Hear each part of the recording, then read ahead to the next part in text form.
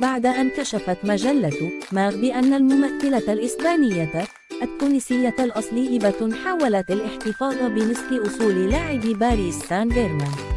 وبحسب ما ورد على مواقع التواصل الاجتماعي، فإن هبة بعد أن عجزت عن الحصول على نصف أصولها، قامت بتقبيل رجل آخر في محاولة منها لإغاظة حكيمي، حسب ما زعم الناشطون. من خلال شبكات التواصل الاجتماعي،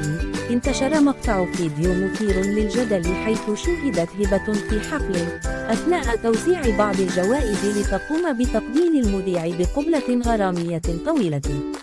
والحقيقة بحسب الموقع هي أن الجدل الدائر حول علاقتهما سيستمر، حيث يقال إنها ستقاضي لاعب كرة القدم في باريس سان جيرمان بتهمة